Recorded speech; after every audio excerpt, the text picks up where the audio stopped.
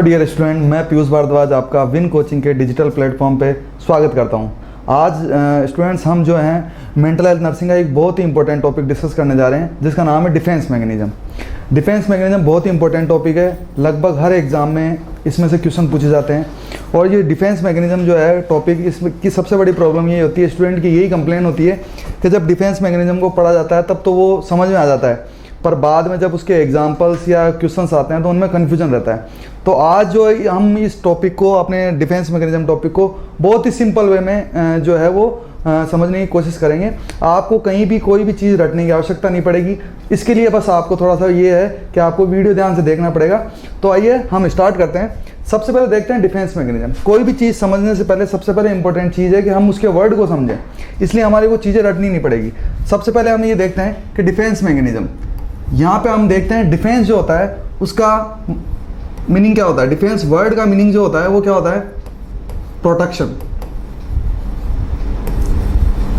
Defence word जो होता है उसका मीनिंग होता है प्रोटेक्शन। जबकि हम देखें मैकेनिज्म, तो मैकेनिज्म का मतलब होता है, इस वर्ड का मीनिंग होता है प्रोसेस। तो यहाँ पे हमारे पास में ये वर्ड निकल के आता है कि जो डिफेंस मैकेनिज्म है उसका मतलब ये हो गया कि डिफेंस मैकेनिज्म जो है वो हम ये बोल सकते हैं कि हमारे वर्ड्स में, सिंपल वर्ड्स में ये बोल सकते हैं कि defence mechanism is a process of protection.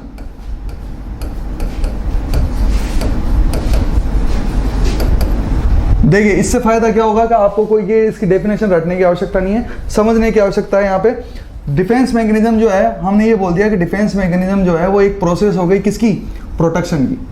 अब जैसा कि आप देख पा रहे हैं कि हमारे को प्रोटेक्शन से किस क्या हो, जैसा कि शरीर में अगर कोई बीमारी होती है उससे बचने के लिए हमारे को सबसे टेक्निक यूज़ करनी पड़ती है, या इन्फेक्शन होता है उससे बचने के लिए हमारे को एंटीबायोटिक जो है वो लेनी पड़ती है, कोई बीमारी होती है उससे बचने के लिए दवाई लेनी पड़ती है। वैसे ही हमारे माइंड को भी जो कुछ एक अनप्लीजेंट फीलिंग होती है, जैसे स्ट्रेस हुआ, एंजाइटी हुई, या फिर हम बोलें टेंशन हुई, ये सब जो है वो अनप्लीजेंट फीलिंग्स हैं। इनसे बचने के लिए हमारे को जो है एक मैकेनिज्म की आवश्यकता पड़ती है, एक प्रोसेस की आवश्यकता पड़ती है, जिससे हम सब इन चीज़ों से क्या कर सकें? बच सकें। तो उस प्रोसेस को हम क्या बोल सकते हैं? Defence mechanism. तो स्टूडेंट ध्यान देंगे, यहाँ पे हम डिफेंस मैकेनिज्म को सिंपल वे में ये बोलेंगे कि डिफेंस मैकेनिज्म वो प्रोसेस है या वो जरिया है जिससे हम क्या करते हैं? अपने माइंड को स्ट्रेस, एंजाइटी और टेंशन से जो है वो प्रोटेक्शन प्रोवाइड करते हैं। तो यहाँ पे हम आगे देखते हैं कि यहाँ पे डिफेंस मैकेनिज्म जो है उसको बोला जाता है ways of coping with difficult feeling. और ये डिफिकल्ट फीलिंग कौन सी होगी? यही सब होगी, स्ट्रेस होगा, एंजाइटी होगी, या हम बोल दें टेंशन होगी। ये डिफिकल्ट फीलिंग्स होती है। इनके साथ ये जो डिफेंस मैकेनिज्म है वो क्या करने में काम आती है?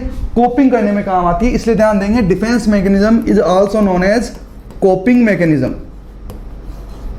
Defence mechanism is also known as coping mechanism.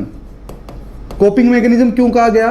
क्योंकि ये जो डिफेंस मैकेनिज्म है, ये जो कोई भी सिचुएशन होती है, अनप्लीजेंट सिचुएशन होती है या फीलिंग्स होती है, उनके साथ कोप यानी सहयोग करने में काम आती है। इसलिए हमने बोला गया, इसको क्या बोला गया? Coping mechanism. नेक्स्ट हम अगर बात करें, डिफेंस मैकेनिज्म जो है उसको एडजस्टमेंट, डिफेंस मैकेनिज्म को एडजस्टमेंट मैकेनिज्म भी कहा जाता है। एडजस्ट मैकेनिज्म क्यों कहा गया है? एडजस्टमेंट मैकेनिज्म इसलिए कहा गया है क्योंकि डिफेंस मैकेनिज्म के जरिए जो अनएक्सपेक्टेड जो सिचुएशन होती है, जिनमें एंजाइटी या स्ट्रेस या टेंशन हो, उनमें हम अपने आप को क्या कर सकते हैं? एडजस्ट कर सकते हैं। इसलिए उसको बोला गया एडजस्टमेंट मैकेनिज्म। तो यहाँ पे हम ये देखते हैं, सबसे पहले देखते हैं डिफेंस मैकेनिज्म सिंपल वर्ड में कैसे याद रखेंगे। डिफेंस मैकेनिज्म जो है वो प्रोसेस ऑफ प्रोटेक्शन है। किसके अगेंस्ट है? स्ट्रेस, एंजाइटी और टेंशन के अगेंस्ट। दूसरा डिफेंस मैकेनिज्म क्या और क्या क्या नाम है? डिफेंस मैकेनिज्म हम कोपिंग मैकेनिज्म भी कह रहे हैं, और दूसरा क्या कह रहे हैं? एडजस्टमेंट मैकेनिज्म भी कह रहे हैं। तो देखते हैं, ये सिंपल वे में हमने इसकी डेफिनेशन समझी है। अब जो है हम ये देखते हैं कि डिफेंस मैकेनिज्म जो है वो किस तरह से यूज होती है, किस तरह की डिफेंस मैकेनिज्म होती है, क्या क्या उनके टाइप्स होते हैं, और वो किस तरह से इंडिविजुअल जो है वो अपनी लाइफ में उनको यूटिलाइज करता है। तो नेक्स्ट हम देखते हैं, सबसे पहले हम ये देखते हैं कि डिफेंस मैकेनिज्म जो होती है वो मेनली कितने तरह की होती है? वो 2 टाइप्स की होती है। सबसे पहले आपको दिखाई दे रहा है कि डिफेंस मैकेनिज्म जो है वो मेनली 2 टाइप्स की होती है, पॉजिटिव डिफेंस मैकेनिज्म और नेगेटिव डिफेंस मैकेनिज्म। अब यहाँ पे क्वेश्चन ये आता है कि जो डिफेंस मैकेनिज्म है वो जो है वो ये पॉजिटिव कौन सी होगी और नेगेटिव कौन सी होगी।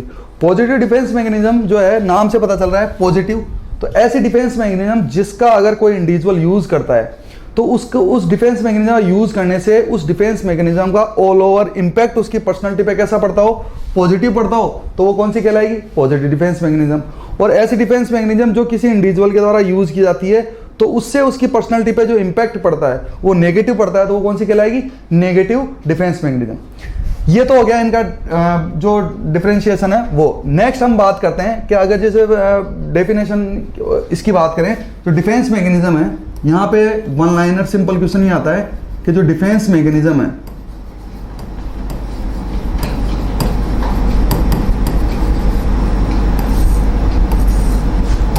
ये डिफेंस मैकेनिज्म टर्म जो है वो सबसे पहले फर्स्ट टाइम जो है सिगमंड फ्राइड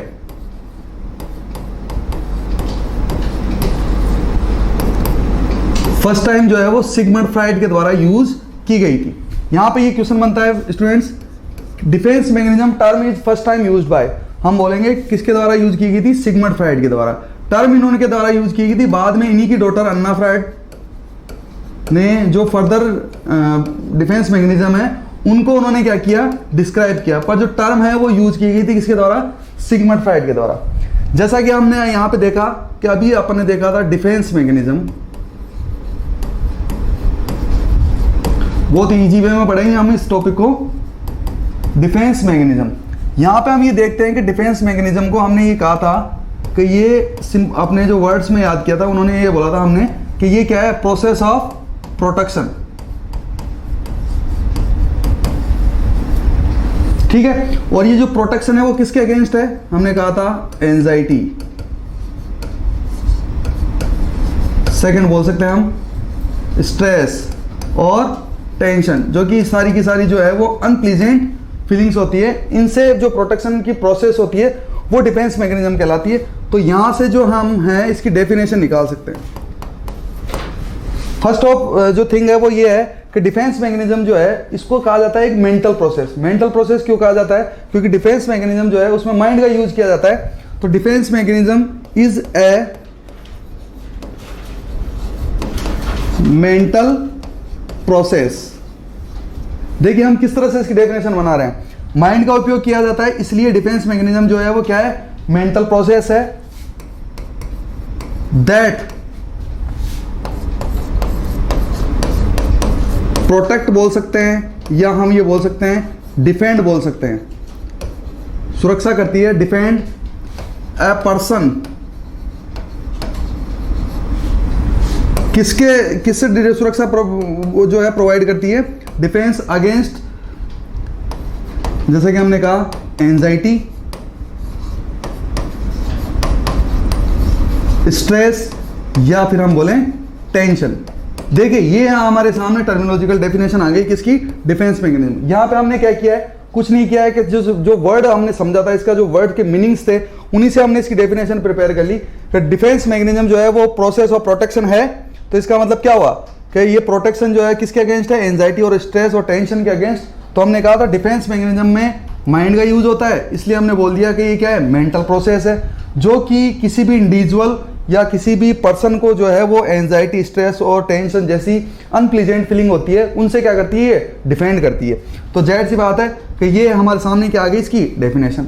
यहाँ पे हम एक चीज़ ध्यान ये भी रखेंगे कि बहुत सी बार ये भी बोला जाता है कि डिफेंस मैकेनिज्म जो है वो कैसी प्रोसेस होती है, अनकॉन्शियस प्रोसेस होती है। डिफेंस मैकेनिज्म जो होती है वो कौन सी प्रोसेस होती है, अनकॉन्शियस। अनकॉन्शियस प्रोसेस क्यों बोला गया, क्योंकि जो मोस्ट ऑफ डिफेंस मैकेनिज्म जो है वो अनकॉन्शियस लेवल पे जो है वो काम करती है, इसलिए इसको बोला गया कि अनकॉन्शियस प्रोसेस। इस अनकॉन्शियस प्रोसेस जो वर्ड आया इसको हम इसमें भी फिट कर सकते हैं, ये बोल सकते हैं defence mechanism is a unconscious process या मेंटल प्रोसेस जो कि किसी इंडिविजुअल के द्वारा यूज की जाती है, किसके अगेंस्ट, एंजाइटी, स्ट्रेस और टेंशन के अगेंस्ट। जैसे कि आपने देखा हमने जो है सिंपल वर्ड में इसकी डेफिनेशन जो है वो क्लियर कर ली है। नेक्स्ट हमने ये देखा था कि डिफेंस मैकेनिज्म जो है वो दो तरह की होती है, पॉजिटिव होती है और नेगेटिव होती है। ऐसी डिफेंस मैकेनिज्म जो जिसका आपकी पर्सनालिटी पे इम्पैक्ट जो है वो पॉजिटिव पड़ेगा वो पॉजिटिव कहलाएगी, जिनका नेगेटिव पड़ेगा वो नेगेटिव कहलाएगी। अब जो है हम हमारी जो डिफेंस मैकेनिज्म है वो किस प्रकार की होती है, सबसे पहले हम ये देखते हैं पॉजिटिव डिफेंस मैकेनिज्म।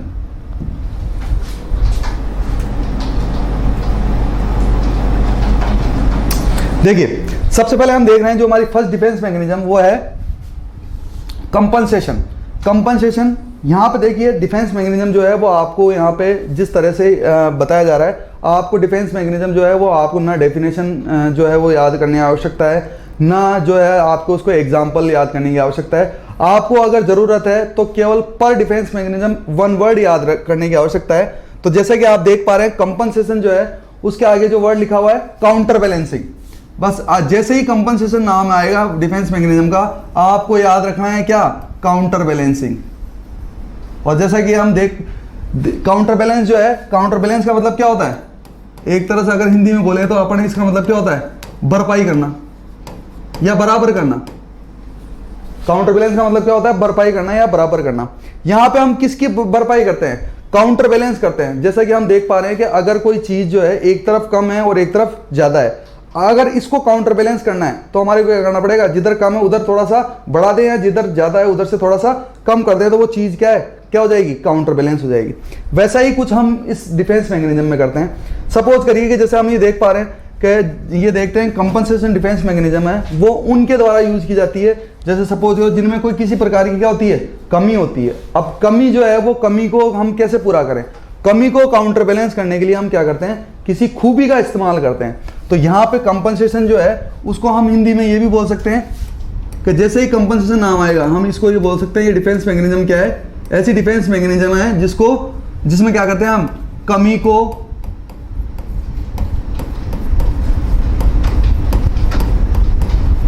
खूबी से पूरा करना। यहां पे हम हिंदी में भी याद कर सकते हैं कि डिफेंस मैकेनिज्म कंपनसेशन कौन सी होगी, ऐसी डिफेंस मैकेनिज्म जिसमें किसी कमी को खूबी से क्या किया जाता है, कंप्लीट किया जाता है या काउंटर बैलेंस किया जाता है। तो यहां पे हम देखिए कि इस वन वर्ड से हम इसके सारे एग्जांपल और जो भी डेफिनेशन है वो क्लियर कर सकते हैं। डिफेंस मैकेनिज्म जो कंपनसेशन होती है उसमें सबसे पहले क्या होता है कि इंडिविजुअल जो है वो सपोज करो उसमें किसी प्रकार की क्या है, कमी है। जैसे जनरल एग्जाम्पल लेते हैं कि अगर जो कोई स्टूडेंट है वो क्या है, स्टडी में पुअर है, तो स्टडी में पुअर है तो ये क्या हो गई, उसकी कमी हो गई। अब उसको क्या करना है, इसको काउंटर बैलेंस करना है। तो अब ये क्या करें, कमी को हम कमी से काउंटर बैलेंस नहीं कर सकते, तो उसके लिए हमारे को क्या करना पड़ेगा, किसी खूबी का इस्तेमाल करना पड़ेगा। और सपोज करो वो स्टूडेंट जो है वो गेम्स में क्या है, चैंपियन बन जाता है या गेम्स में अच्छा है, तो ये जो है वो उसकी क्या है, खूबी है। अगर आप इस तरह का कोई कुछ काम कर रहे हैं तो ये आपने क्या कर दिया, कंपनसेशन कर दिया। इसका मतलब क्या है कि आपकी जो कमी है उसको आपने क्या कर दिया, खूबी से क्या कर दिया, काउंटर बैलेंस कर दिया। क्या कर दिया, काउंटर बैलेंस। इसलिए कहा जाता है कि कंपनसेशन जो है उसमें आपको सिर्फ वन वर्ड ध्यान रखना है कि काउंटर बैलेंस। जैसे कि मैं आपको एक सिचुएशन और देता हूं, एक जो लड़की है वो दिखने में सुंदर नहीं है, तो ये क्या हुई, इसकी कमी हुई। पर वो पढ़ाई में बहुत होशियार है, तो पढ़ाई में होशियार होना क्या हो गई, उसके लिए खूबी हो गई। तो उसने जो दिखने में अच्छी नहीं है वो क्या है, उसकी कमी। तो उसने क्या कर दिया, पढ़ाई में होशियार होकर उस चीज को क्या कर दिया, काउंटर बैलेंस कर दिया। तो उसने उस कमी को जो है वो क्या कर दिया, खूबी के साथ में क्या कर दिया, पूरा कर दिया। तो हम ये देख पा रहे हैं कि वो डिफेंस मैकेनिज्म जो है वो क्या कहलाएगी, कंपनसेशन। अब देखिए जैसे इसका जो वन वर्ड है इसको इंप्लीमेंट करते हैं हम किसमें, इसकी डेफिनेशन में। तो देख पा रहे हैं कि जो कंपनसेशन है वो क्या होती है, ओवर अचीवमेंट। ओवर अचीवमेंट का मतलब क्या है कि यहाँ पे ये ओवर अचीवमेंट का मतलब क्या होगा, ये आपने क्या कर ली, ये आपकी क्या है, खूबी है। इस खूबी से आपने क्या कर दिया, और achievement in one area to counterbalance, मतलब बराबर करने के लिए, क्षति पूर्ति करने के लिए। परसीव डेफिशिएंसी, ये आपकी कमी थी, इसको पूरा करने के लिए आपने किसी एरिया में क्या कर लिया, और अचीवमेंट कर लिया, तो वो चीज क्या कहलाएगी, आपकी कंपनसेशन। नेक्स्ट देखते हैं इस डिफेंस मैकेनिज्म में, in this defence mechanism individual strengthen, मतलब एक चीज को इतना मजबूत कर लेता है जिससे उसकी कमी जो है उसकी क्या हो जाती है, भरपाई हो जाती है। जैसे कि हम देखते हैं, पहले ये देख लेते हैं, ये दो एग्जाम्पल दिए गए हैं आपके सामने। ये दो एग्जाम्पल इसलिए दिए हुए हैं क्योंकि इनसे रिलेटेड क्वेश्चन जो है वो पूछे जा चुके हैं। तो सबसे पहले देखते हैं, a student who fails in his studies, मतलब पढ़ाई में क्या है, कमजोर है, तो उस चीज को कंपनसेट कैसे करता है, मैं compensate by becoming college champion in athletics, मतलब इसका मतलब क्या है कि पढ़ाई में कमजोर है पर गेम्स हुए कॉलेज में, उसमें वो चैंपियन बन गया, तो उसने क्या किया, उस पढ़ाई की कमी को क्या कर दिया, काउंटर बैलेंस कर दिया। आपने प्रैक्टिस में लाई है इस चीज को कि हम बोलेंगे कंपनसेशन में क्या किया, कमी को जो है वो खूबी से क्या कर दिया, काउंटर बैलेंस कर दिया। नेक्स्ट हम देख रहे हैं, जैसा कि हमने समझा, अनअट्रैक्टिव गर्ल, जो एक लड़की है वो दिखने में अच्छी नहीं है पर जो है वो उस चीज को कंपनसेट कैसे करती है, वो अपने आप को पढ़ाई में क्या करती है, एक्स्ट्रा अचीवमेंट लाती है, पढ़ाई में ज्यादा होशियार होती है, इसलिए वो क्या करती है, कमी को उसने खूबी से क्या कर दिया, काउंटर बैलेंस कर दिया।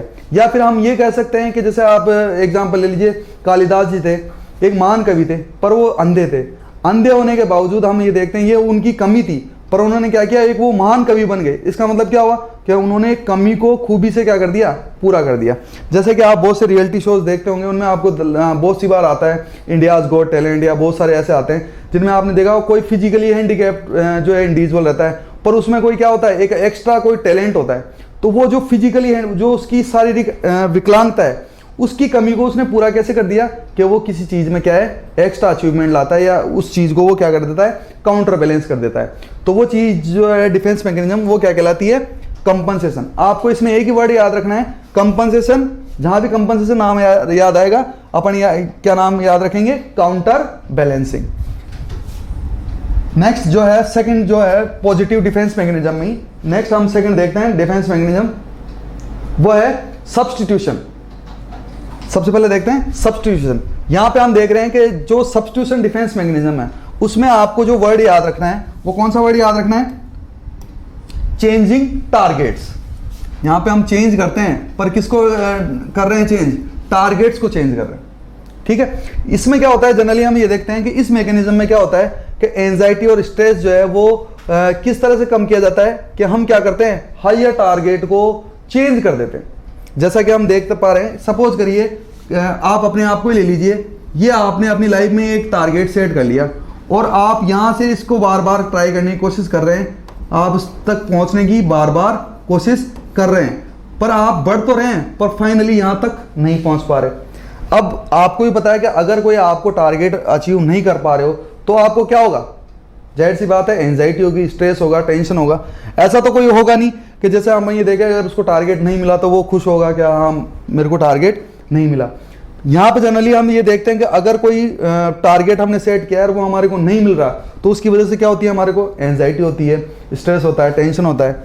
तो इसके लिए हम क्या कहें, इसलिए हम क्या करते हैं, जो सब्स्टिट्यूशन डिफेंस मैकेनिज्म का यूज करते हैं और इसमें क्या करते हैं, जो हाई टारगेट हमने सेट किया है और हम यहां तक नहीं पहुंच पा रहे, पर कहां तक पहुंच पा रहे थे, यहां तक पहुंच पा रहे थे, तो हमने यहां तक का ही क्या कर लिया, एक टारगेट सेट कर लिया, उसी को हमने क्या बोल दिया, यही डिफेंस मैकेनिज्म जो है वो क्या कहलाती है, सब्स्टिट्यूशन। क्या कहलाती है, सब्स्टिट्यूशन। देखिए क्यों, क्योंकि यहां पे आपने क्या कर दिया, टारगेट को क्या कर दिया, चेंज कर दिया। और चेंज कैसे किया है कि ये टारगेट जो था वो क्या था आपके लिए, हायर टारगेट था। इस हायर टारगेट को आपने किस में चेंज कर दिया, लोअर टारगेट में। किस में चेंज कर दिया, लोअर टारगेट में। जैसे सपोज करो एग्जांपल देख लेते हैं कि जैसे ही हम हमारी 10th क्लास की जो है वो परीक्षा पास करते हैं और फिर सब्जेक्ट का क्राइसिस आता है और उस समय हम ये देखते हैं कि जो साइंस बायोलॉजी अगर जो ले लेते हैं उनके मन में ये आ जाता है कि हाँ मैं तो डॉक्टर बनूंगा, तो वही सपना लेके वो 11th 12th पास करते हैं और उसके लिए फिर वो बड़े जोश शोर के साथ में कोटा चले जाते हैं पीएमटी की तैयारी में, क्योंकि उन्होंने टारगेट क्या सेट कर रखा है कि मेरे को क्या करना है, डॉक्टर बनना है। ये उन्होंने क्या कर दिया, टारगेट सेट कर लिया अपने आप। अब क्या करते हैं कि वो उस चीज के लिए क्या करते हैं, बार बार बार बार बार बार क्या करते हैं, प्रयास करते हैं, पर वो उस टारगेट तक नहीं पहुंच पाते। तो उस कंडीशन में क्या करें, क्योंकि जनरली अपन ये देखते हैं कि अगर बार बार बार बार बहुत ज्यादा फेलियर होगी, एंजाइटी और स्ट्रेस बढ़ेगा, तो एंड में वो क्या हो सकता है, इंडिविजुअल के लिए हार्मफुल हो सकता है। ऐसा तो है ही नहीं कि आप एमबीबीएस के लिए जिंदगी पर ट्राई करते रहेंगे, बार बार फेलियर आप बर्दाश्त कर सकते हैं। जो ज्यादा फेलियर होगी उस वो क्या आगे किस में प्रोसीड होती है, डिप्रेशन में, और इंडिविजुअल जो है वो सेल्फ को हार्म कर सकता है। जैसे कि आप पढ़ पाते हैं सुसाइड वगैरह पेपर में आता है कि परीक्षा में पास नहीं होने पर किया सुसाइड। ऐसा क्यों, क्योंकि वो जो उसका टारगेट था वो उसको अचीव नहीं कर पाया, जिसके कारण से उसमें क्या हुआ, स्ट्रेस और एंजाइटी। तो हमारे को सुसाइड नहीं करना भाई, तो हम क्या करें, हमारे में माइंड है, मेंटल प्रोसेस हमने इस्तेमाल की और हमने कौन सी डिफेंस मैकेनिज्म यूज की, सब्स्टिट्यूशन, जिसमें क्या करते हैं हम टारगेट को क्या करते हैं, चेंज करते हैं। तो यहां पे हमने क्या किया, कोई बात नहीं है, एमबीबीएस तक नहीं पहुंच पा रहे तो क्या हुआ, हम जो है वो एमबीबीएस से थोड़ा सा लोअर जो है वो टारगेट जो है वो सेट कर लेते हैं। या तो हम क्या कर लेंगे, बीपीटी कर लेते हैं, या हम बीडीएस कर लेंगे, और अगर ये दोनों ही नहीं तो हमारे पास हमारी नर्सिंग जिंदाबाद, क्योंकि इनको भी तो डॉक्टर कहा जाता है। जनरली हम ये देखते हैं कि चाहे वो टोंट में ही कहें नर्सिंग वालों को डॉक्टर, पर जो है वो नर्सिंग वालों को भी डॉक्टर कहा जाता है। तो यहां पे हमने क्या किया, इस हायर टारगेट से अपने टारगेट को क्या कर लिया, शिफ्ट कर लिया। हायर से लोअर टारगेट में चेंज होना वो क्या कहलाता है, कौन सी डिफेंस मैकेनिज्म कहलाती है, डिफेंस ये सब्स्टिट्यूशन, या जिसमें हम करते हैं जो टारगेट है उसको क्या करते हैं, हम चेंज करते हैं। दूसरी बात, आप इसको इस तरह से भी समझ सकते हैं, या आप जैसे कि हमने कंपनसेशन में देखा था, कंपनसेशन हिंदी में कैसे, कमी को खूबी से पूरा करना। तो यहाँ पे आप जो है वो आपने आपकी निजी लाइफ में भी बार बार ये शब्द बोला होगा, और बॉयज और गर्ल्स दोनों रिलेट कर सकते हैं इस प्रॉब्लम्स, इस जो मैं बात कर रहा हूँ उससे, कि हम जनरली कभी क्या बोलते हैं कि जैसा हमने कोई किसी चीज़ जो हाई टारगेट है उसके पीछे लगे हुए रहते हैं, वो टारगेट को अचीव करने की कोशिश करते हैं, पर वो टारगेट हमारे को नहीं मिलता, तो हम उससे लोअर जो है टारगेट वो क्या कर लेते हैं, अचीव कर लेते हैं, और उसी से क्या हो जाते हैं, सेटिस्फाई। तो हमारे मन में हम क्या बोलते हैं, ये नहीं तो ये सही। अब ये आप अपने आप की लाइफ में इसको जैसे सुटेबल होता है वैसे आप समझ सकते हैं कि जनरली हम बोलते हैं कि ये नहीं तो ये सही। क्यों, क्योंकि आपकी कोशिश तो क्या थी, हायर टारगेट की, पर आपको नहीं मिला, तो आप ये थोड़ी कहोगे किसी को कि भाई हाँ मेरे में कमी थी इसलिए नहीं मिला, ऐसा हम कभी नहीं बोलेंगे। तो आप क्या बोलोगे, अपने मन को सांत्वना देने के लिए, सेटिस्फाई करने के लिए आप क्या बोलोगे, उससे लोअर टारगेट अचीव करोगे, और आप बोलोगे ये नहीं तो ये सही। तो आप इसको, इस डिफेंस मैकेनिज्म को इस तरह से भी समझ सकते हैं। ठीक है, नेक्स्ट हम आगे बढ़ते हैं, जो डिफेंस में इसमें ही देखते हैं, सब्स्टिट्यूशन में इसके एग्जांपल देखते हैं। देखिए, जो सब्स्टिट्यूशन होती है जिसमें क्या होता है कि जो अनएक्सेप्टेबल गोल होता है, या जो आपसे ऐसा गोल है जो अचीव नहीं हो पा रहा है, उसको आप शिफ्ट करते हो या चेंज करते हो, कैसे से कि जो एक्सेप्टेबल हो और कैसा हो, अचीवेबल हो। अब स्टूडेंट यहाँ पे हम ये ध्यान देंगे कि सब्स्टिट्यूशन जो डिफेंस मैकेनिज्म होता है उसमें हम ये ध्यान रखते हैं कि हाई टारगेट को लोअर में चेंज करते हैं। हाई टारगेट को कैसे चेंज किया, उससे लोअर और अचीवेबल टारगेट में। ऐसा नहीं है कि आपने एक टारगेट सेट किया और हाई टारगेट था वही नहीं मिल रहा तो आप उससे ऊपर का कोई टारगेट जो है वो क्या कर लोगे, सेट कर लोगे। नहीं, कभी भी ऐसा नहीं होगा। हम क्या करते हैं कि जो हाई टारगेट था उससे क्या है, लोअर टारगेट ही जो है वो क्या करते हैं, हम सेट करते हैं, और उसी को अचीव करके क्या हो जाते हैं, सेटिस्फाई हो जाते हैं। तो इस चीज़ का हम ध्यान रखेंगे। जैसे अब हमने एग्जांपल भी समझा, जो एक स्टूडेंट है वो एबल नहीं हो पाया, किसके लिए, कि एमबीबीएस कोर्स करना चाहता था कि वो, पर उसमें वो सेलेक्ट नहीं हुआ, उसमें इतनी एबिलिटीज़ नहीं थी, तो वो क्या करेगा, उसको सब्स्टिट्यूट करेगा किसके साथ में, कि वो क्या करेगा, फिजियोथेरेपी या नर्सिंग में क्या कर लेगा, एडमिशन ले लेगा। तो इस तरह से क्या होगा, वो अपने आप को, अपने माइंड को जो है वो क्या कर सकता है, सेटिस्फाई। इससे क्या होगा, जो होने वाली एंजाइटी, स्ट्रेस और टेंशन है उसको वो क्या कर देगा, क्योंकि फेलियर जो है वो क्या देगी, एंजाइटी देगी, स्ट्रेस और टेंशन देगा। उससे बचने के लिए उसने अपने मेंटल प्रोसेस का यूज किया और सब्स्टिट्यूशन डिफेंस मैकेनिज्म यूज की। सब्स्टिट्यूशन किया तो इसका मतलब क्या किया उसने, चेंजिंग टारगेट। तो हमारे को याद करने का इजी तरीका क्या है, इसमें हम क्या करेंगे, सब्स्टिट्यूशन का मतलब वन वर्ड क्या है इसका, चेंजिंग टारगेट, और या हिंदी में याद करना चाहें तो हम क्या बोलेंगे, ये नहीं तो ये सही। नेक्स्ट हम आगे बढ़ते हैं। नेक्स्ट जो अपनी थर्ड जो है डिफेंस पॉजिटिव में वो है सब्लिमेशन। देखिए सब्लिमेशन, अब जैसे कि आप देख पा रहे हैं सब्लिमेशन में जो वन वर्ड है वो ये क्या याद रखना है आपको, मॉडिफाइंग। पर यहां पे मॉडिफाई जो है वो किसको किया जा रहा है, बिहेवियर को किया जा रहा है। यहाँ पे हम ये मॉडिफाई का मतलब क्या होता है, मॉडिफाई का मतलब भी क्या होता है, चेंज, मतलब उसमें कोई परिवर्तन लाना। यहाँ पे हम ये भी बोल सकते हैं कि चेंजिंग बिहेवियर। पर इससे पहले हमने देखा था सब्स्टिट्यूशन में चेंज था, पर वो किसको चेंज कर रहे थे, टारगेट को। पर यहाँ पे हम चेंज करेंगे किसको, बिहेवियर को। और किस तरह के बिहेवियर को चेंज करने की आवश्यकता पड़ी, यहाँ पे हम ये देखते हैं कि सपोज करो कि हम किसी भी इंडिविजुअल में क्या है, कोई सोशली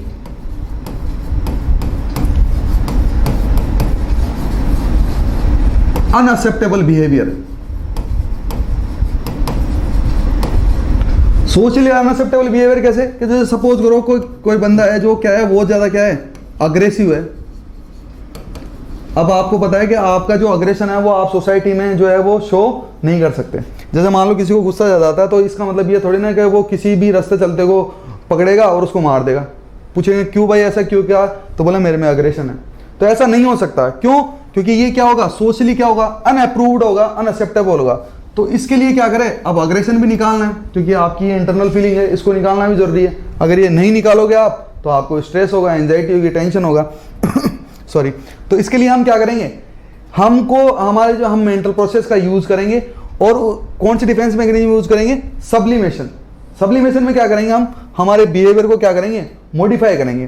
कैसे बिहेवियर को, सोशली अनअक्सेप्टेबल बिहेवियर को हमने क्या किया,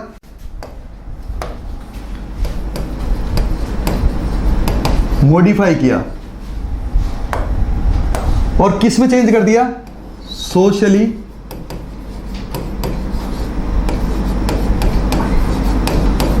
एक्सेप्टेबल बिहेवियर में, सोशली एक्सेप्टेबल बिहेवियर में।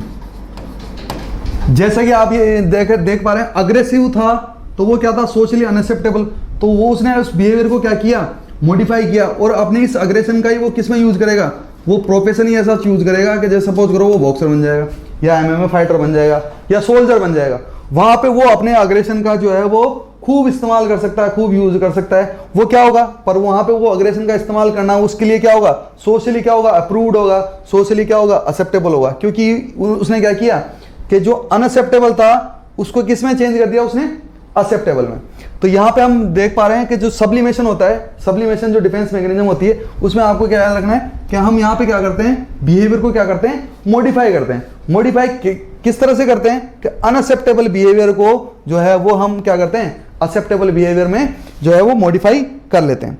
नेक्स्ट देखते हैं हम इसी में इसके एग्जांपल समझ लेते हैं। सबसे पहले इसकी डेफिनेशन कि जो सब्लिमेशन डिफेंस मैकेनिज्म है, इसमें क्या करते हैं, हम मॉडिफाई करते हैं कि natural expression of an impulse to one that is socially acceptable. वही बात है कि जैसे सपोज करो कि आपको अग्रेशन आ रहा है तो वो क्या है, नेचुरल इंपल्स है। अब आप अग्रेशन शो नहीं कर सकते तो उसके लिए हमको क्या करना पड़ेगा कि उस इंपल्स के साथ में काम नहीं करके हमने क्या करना पड़ेगा, उस बिहेवियर को चेंज करना पड़ेगा, अनएक्सेप्टेबल को एक्सेप्टेबल बिहेवियर में चेंज करना पड़ेगा। नेक्स्ट हम देखते हैं कि इस मैकेनिज्म में क्या होता है, इंडिविजुअल जो है, ध्यान दीजिएगा ये इंपॉर्टेंट है, रीचैनलिंग। रीचैनलिंग का मतलब क्या होता है कि यहां पे इंडिविजुअल ने क्या किया, चेंज किया या क्या किया, मॉडिफाई किया, किसको, या रिप्लेस किया किसको, जो सोशली अनएक्सेप्टेबल इंपल्स थे वो किसमें, सोशली एक्सेप्टेबल इंपल्स। ये आप यहां पे ये मान सकते हैं कि इस तरह का क्वेश्चन भी यहां पे बन सकता है कि in which defence mechanism individual रीचैनलिंग और replace socially unacceptable impulse with socially acceptable impulse. तो हमारा आंसर क्या होना चाहिए, हमारा आंसर होना चाहिए सब्लिमेशन। सब्लिमेशन क्यों, क्योंकि यहां पे हम देखते हैं कि ये वन वर्ड अप्लाई करके देखते हैं, यहां पे आराम से हो जाएगा। रीचैनलिंग का मतलब क्या बताया, चेंज और मॉडिफाई। तो यहां पे इंडिविजुअल जो है वो मॉडिफाई कर रहा है, किसको कर रहा है, क्योंकि देखिए अनएक्सेप्टेबल इंपल्स मतलब आप वो क्या कर रहा है, अपने बिहेवियर को क्या कर रहा है, मॉडिफाई कर रहा है। और कैसा बिहेवियर था, अनएक्सेप्टेबल था, और किस में चेंज कर रहा है, एक्सेप्टेबल में। इसका मतलब क्या है कि इस वन वर्ड से हम इसको पहचान सकते हैं, सब्लिमेशन डिफेंस मैकेनिज्म ऐसी होगी जो मॉडिफाई कर सकती है, जिसमें हम हमारे बिहेवियर को जो है वो मॉडिफाई करते हैं। नेक्स्ट हम देखते हैं इसके एग्जांपल देखते हैं। देखिए सबसे इंपॉर्टेंट एग्जांपल ये है कि पूछा भी गया है कि सपोज करो कि एक वुमन है जो अनमेरिड है, अब और वो जो है उसको मदरिंग डिजायर है, मतलब बच्चे पालने की इच्छा है। तो जनरली अगर वो कंसीव करती है तो ये क्या होगा, सोशली जो है वो अप्रूव नहीं होगा, सोशली अनएक्सेप्टेबल होगा। पर उसको मदरिंग डिजायर है तो वो उसकी डिजायर को कैसे फुलफिल करे, किस तरह से वो अपनी जो स्ट्रेस है, टेंशन को वो क्या करे, तो उसके लिए वो क्या करेगी, सब्लिमेशन यूज करेगी। वो क्या करेगी, अपने बिहेवियर को क्या करेगी, मॉडिफाई करेगी। कैसे करेगी, अनएक्सेप्टेबल क्या था, अनएक्सेप्टेबल बिहेवियर जो है वो उसको कैसे करेगी, एक्सेप्टेबल में। तो मदरिंग डिजायर है, उस मदरिंग डिजायर को पूरा करने के लिए वो कंसीव नहीं करके क्या करेगी, वो नर्सरी स्कूल में क्या बन जाएगी, टीचर बन जाएगी। इससे क्या हुआ, जो आपकी मन की इच्छा थी वो भी पूरी हो गई, और वो कैसे हो गई, जो है वो एक सोशली अप्रूव्ड वे में हो गई, क्योंकि एक तरह का क्या हो गया, ये तो प्रोफेशन हो गया, लेकिन जो जिससे हम क्या है भाई नर्सरी टीचर बन गई तो ये क्या है, एक प्रोफेशन चूज कर लिया। तो जैसे कि आपने कहावत सुनी होगी, सांप भी मर जाए और लाठी भी ना टूटे, तो वो वाली बात है यहाँ पे कि हमने हमारी मन की इच्छा पूरी कर ली, पर कैसे, किसके थ्रू की? सब्लिमेशन के थ्रू। कैसे की? कि हमने क्या कर दिया? मॉडिफाई कर दिया। किसको? बिहेवियर को। अनएक्सेप्टेबल बिहेवियर को एक्सेप्टेबल बिहेवियर में हमने क्या कर दिया? मॉडिफाई कर दिया। इसको बोलते हैं हम सब्लिमेशन। नेक्स्ट हम देखते हैं जो हमारी पॉजिटिव डिफेंस मैकेनिज्म में है, नेक्स्ट है। उससे पहले हम देख लेते हैं क्वेश्चन जो है जोधपुर एम्स में 2018 में पूछा गया था। ये जो है हम देखते हैं कि यहाँ पे ये क्वेश्चन क्या पूछना चाह रहा है। ये क्वेश्चन पूछा गया था, रीचैनलिंग ऑफ सोशली अनएक्सेप्टेबल ड्राइव्स। ये पूछ रहा है कि ऐसा कौन सी डिफेंस मैकेनिज्म होती है जिसमें सोशली अनएक्सेप्टेबल ड्राइव्स को मोर कंस्ट्रक्टिव एक्टिविटीज या मोर कंस्ट्रक्टिव या एक्सेप्टेबल वे में जो है वो क्या किया जाता है? चेंज किया जाता है या मॉडिफाई किया जाता है। तो यहां पे हम देख सकते हैं, सपोज करो कि जैसे कि हमने देखा कि अभी तक अपन ने जो डिफेंस मैकेनिज्म पढ़ी है उसके हिसाब से हम ये देखते हैं, प्रोजेक्शन हम इसी में देख लेते हैं कि यहाँ पे हमारे को दिख रहा है क्या है? सब्लिमेशन। और सब्लिमेशन जो होता है इसी में हमने पढ़ा था कि सब्लिमेशन में हम क्या करते हैं? मॉडिफाई करते हैं हमारे बिहेवियर को। क्वेश्चन में अप्लाई करके देखते हैं, वन वर्ड मॉडिफाइंग। रीचैनलिंग, रीचैनलिंग का मतलब क्या होता है? वही है मैंने आपको बताया, या तो चेंज या फिर क्या? मॉडिफाई। और मॉडिफाई या चेंज कर रहे हैं, टारगेट चेंज नहीं हो रहा है। यहाँ पे क्या चेंज हो रहा है कि सोशली अनएक्सेप्टेबल ड्राइव्स, ड्राइव्स को हम इंपल्स भी बोल सकते हैं, और ये इंपल्स है जो ड्राइव्स ही हमारे बिहेवियर को क्या करते हैं? गार्ड करते हैं। तो कैसे? कि मोर कंस्ट्रक्टिव, कंस्ट्रक्टिव का मतलब मान्य, या हम ये बोल सकते हैं अच्छे वे में या एक्सेप्टेबल वे में जो है वो कर रहा है, तो वो चीज क्या कहलाएगी? वो चीज कहलाएगी आपकी सब्लिमेशन। बाकी जो ऑप्शन जो है वो इससे रिलेटेड नहीं है। तो जैसे कि हम देख पा रहे हैं इसमें आंसर होगा सब्लिमेशन। नेक्स्ट जो है हम जो है नेक्स्ट वो पढ़ते हैं हम, वो है हमारे पास में रैशनलाइजेशन। देखिए बहुत कॉमन डिफेंस मैकेनिज्म है जो आप हम सब जो है अपनी डेली लाइफ में बहुत सी बार जो है वो यूज करते हैं। जैसे कि आप देख पा रहे हैं रैशनलाइजेशन। रैशनल्स का मतलब क्या होता है कि उसका एक तरह से क्या है? समझाना कि ये चीज़ जो है वो किस तरह से हुई है, क्या हुई है। तो रैशनलाइजेशन में जो वन वर्ड याद रखेंगे हम, वो क्या है? जस्टिफाइंग। देखिए स्टूडेंट्स, ये जो वन वर्ड है इनकी हेल्प से आप इनको क्वेश्चन में भी इंप्लीमेंट करके क्वेश्चन का आंसर दे सकते हैं। इसलिए आपको क्या होगा, न पूरी डेफिनेशन रटने की आवश्यकता है, न आपके उसको एग्जाम्पल रटने की आवश्यकता है। बस आपको याद रखना है इसका वन वर्ड। रैशनलाइजेशन में क्या याद रखना है? जस्टिफाइंग। जस्टिफाइंग किसको बोलेंगे? सफाई देने को। जैसे कि सपोज करो कि जनरली हम देखते हैं कि आपसे कोई गलती हो गई, तो आपसे अगर कोई पूछता है उस गलती के बारे में, तो आप सीधे सीधे तो वो गलती मानने से रहे, तो आप क्या करते हैं? उस गलती से बचने के लिए या आप ये बताने के लिए ये गलती मैंने नहीं की, तो क्या करोगे आप? उस चीज की क्या करोगे? या तो साफ मना कर दोगे कि नहीं मैंने ये नहीं किया, तो मना कर दोगे, वो चीज क्या हो जाती है? वो डिनाइल हो जाती है। पर आप मानते तो हाँ भाई गलती तो मैंने की है, पर आप ये कहते हो कि मैं तो ये इसलिए कर रहा था, ये हो गया, वो हो गया, ये करना चाह रहा था पर ये हो गया। तो ये सब क्या है? जस्टिफाई करने की कोशिश कर रहे हो आप क्या कर रहे हो? सफाई दे रहे हो। तो वो चीज क्या कहलाती है? आपकी रैशनलाइजेशन। रैशनलाइजेशन में क्या होता है कि इंडिविजुअल जो होता है वो क्या करता है? जस्टिफाई करने की कोशिश करता है। जस्टिफाई का मतलब क्या हो गया कि इंडिविजुअल जो है वो क्या कर रहा है? सफाई दे रहा है। और ये सफाई कब देनी पड़ती है? जब आपने क्या कर दी? गलती। तो हम ये बोल सकते हैं गलती की सफाई देना जो है वो क्या कहलाता है? Rationalisation. Individual justify his failure, या तो उसकी का जो फेलियर हो वो हो, या सोशली अनएक्सेप्टेबल कोई उसने काम किया हो, बिहेवियर हो। कैसे? कि सोशली अप्रूव्ड रीजन में। जैसे कि आगे ऐसा भी बहाना बनाएंगे हम, या ऐसा ही सफाई देंगे जिससे अगले वाला जो है वो मान जाए। जैसे कि आप देख पा रहे हैं इमेज में, सपोज कोई स्टूडेंट जनरली यही करते हैं। एक स्टूडेंट जो है वो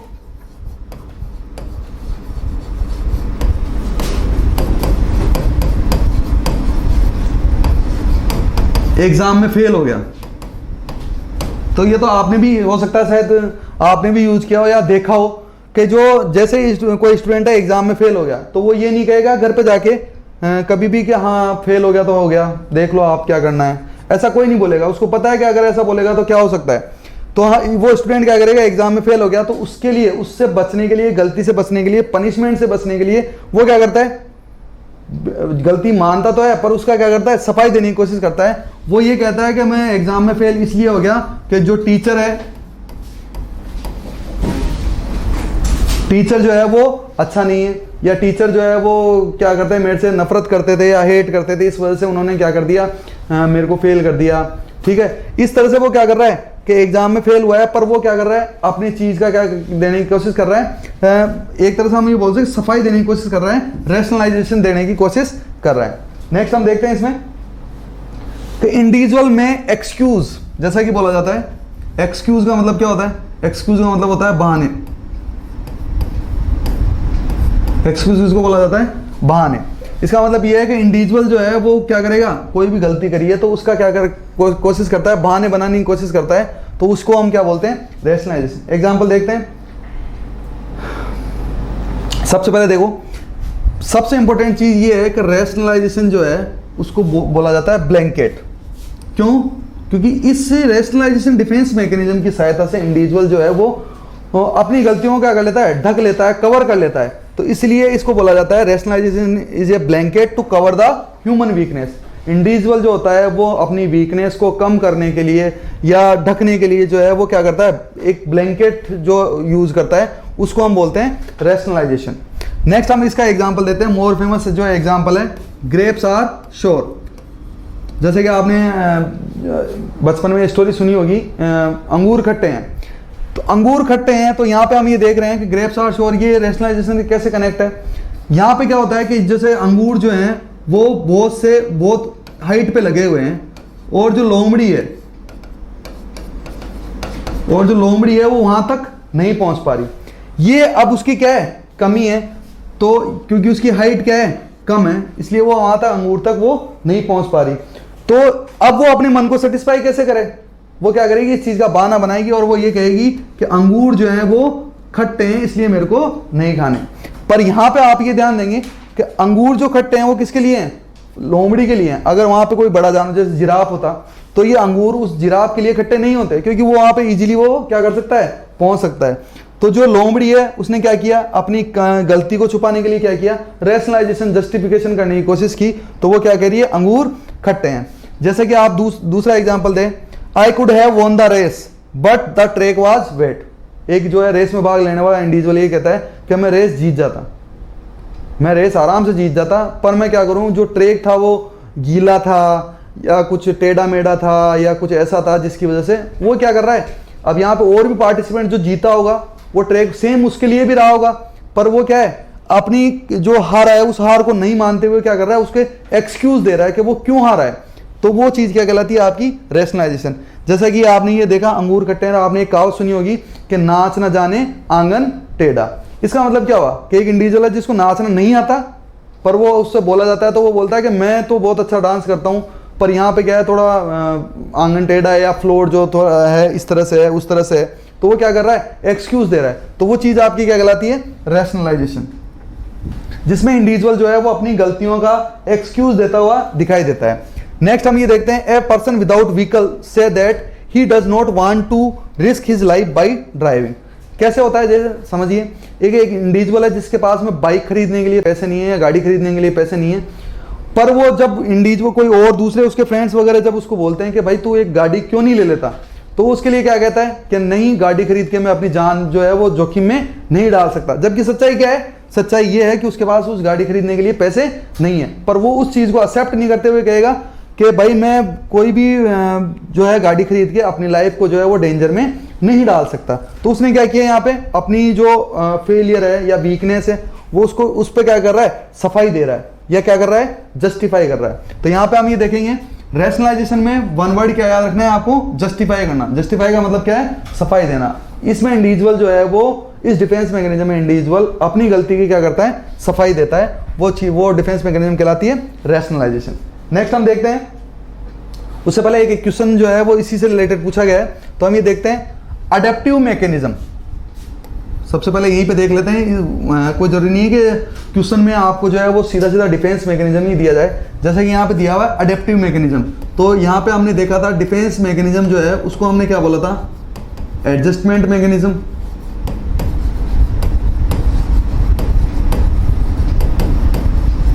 या फिर क्या बोला था, कोपिंग मैकेनिज्म।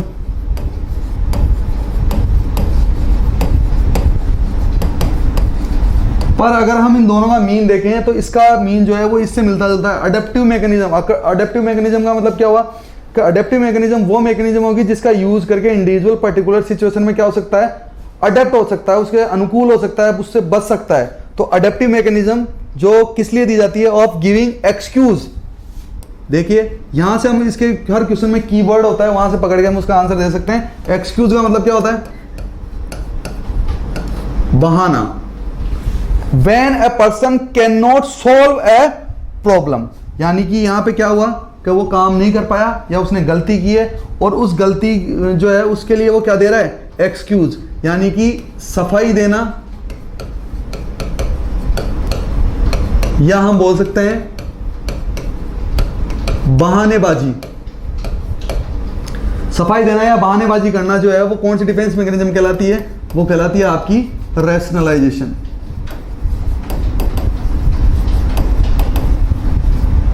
और अगर हम इन दोनों वर्ड का अपन जो इंग्लिश में वर्ड वो देखें मीनिंग, तो इसका मतलब क्या हो गया कि इंडिविजुअल क्या करता है इसमें जस्टिफाई या जस्टिफाइंग करने की क्या करता है, कोशिश करता है। तो इसका आंसर हम इजीली दे सकते हैं कि इसमें जो है वो आंसर क्या होगा, रैशनलाइजेशन। क्योंकि इसमें देखो प्रोजेक्शन नहीं पड़ी है, बाकी हम ये देख लेते हैं। सब्स्टिट्यूशन में क्या करते हैं, यहां पे हमने क्या किया था, टारगेट को क्या किया था, चेंज किया था, जबकि कंपनसेशन में क्या किया था, हमने काउंटर बैलेंस किया था। काउंटर बैलेंस करना कंपनसेशन, टारगेट चेंज करना सब्स्टिट्यूशन। जबकि अब ये प्रोजेक्शन हमने अभी तक पढ़ा नहीं है। वैसे प्रोजेक्शन का मतलब होता है कि अपनी गलती का दोष किसी और पे थोपना।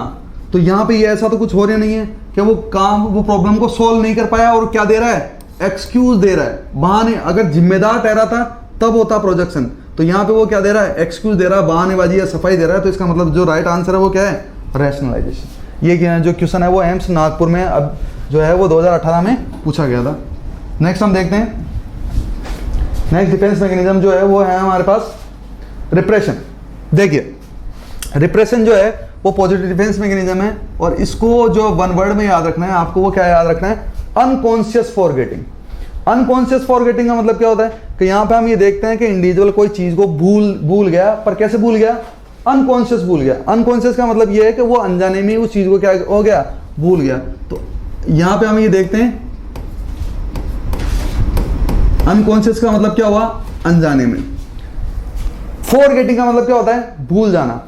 अब ये अनकॉन्शियस फॉरगेटिंग की आवश्यकता क्यों पड़ी, इंडिविजुअल जो है वो इस डिफेंस मैकेनिज्म को किस कंडीशन में यूज करता है।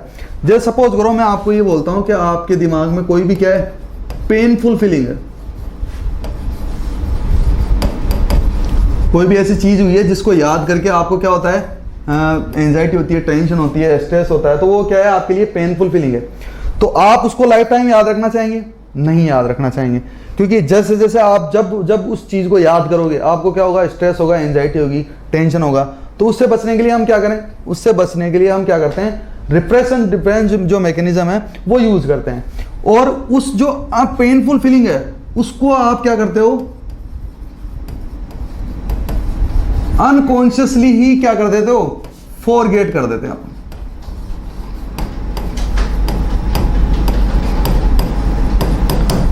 पेनफुल फीलिंग्स या पेनफुल मेमोरीज, पेनफुल इमोशंस जो है उनको अनकॉन्शियसली फॉरगेट कर देना क्या कहलाता है, आपका रिप्रेशन कहलाता है। इसलिए इसको बोला जाता है अनकॉन्शियस फॉरगेटिंग।